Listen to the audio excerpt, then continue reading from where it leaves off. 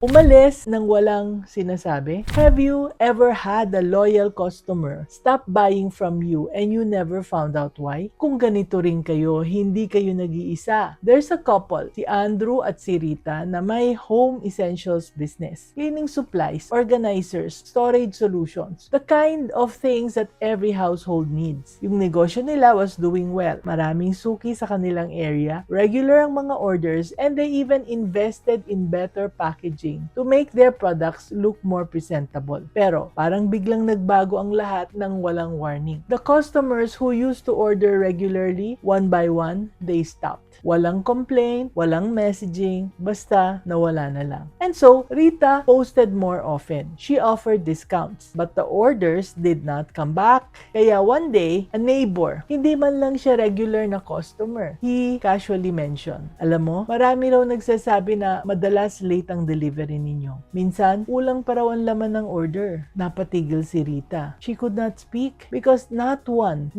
single customer had ever said this to her face. Walang reklamo, walang message, walang review, nothing. They just quietly packed up their loyalty and walked out the door. And she had no idea that it was even happening. Kaya, when was the last time na nagtanong ka sa isang customer who stopped buying? Why did they leave? And what is the lesson here, anak? Unhappy customers rarely complain to the owner kasi mas madali para sa kanila ang lumipat sa iba kaysa mag-effort pang magpaliwanag. And yung kanilang silence, hindi yung kasiyahan. That is just the beginning of their exit. Remember, let's always be business-minded, Pinoy. Grow your business, Pinoy. Have you been running your business for years but feel like you're going around in circles? Anak, parang stuck ka, scattered, and you're not quite sure where the next right step is and what it is. So Grow Your Business, Pinoy is a book that gives you a clear step-by-step growth roadmap. It's practical, proven, and built for the realities of running a business in the Philippines. Wala nang guessing, wala nang doing everything and going nowhere. Just a clear path forward. Finally, get your copy now, anak. The link is in the comment section.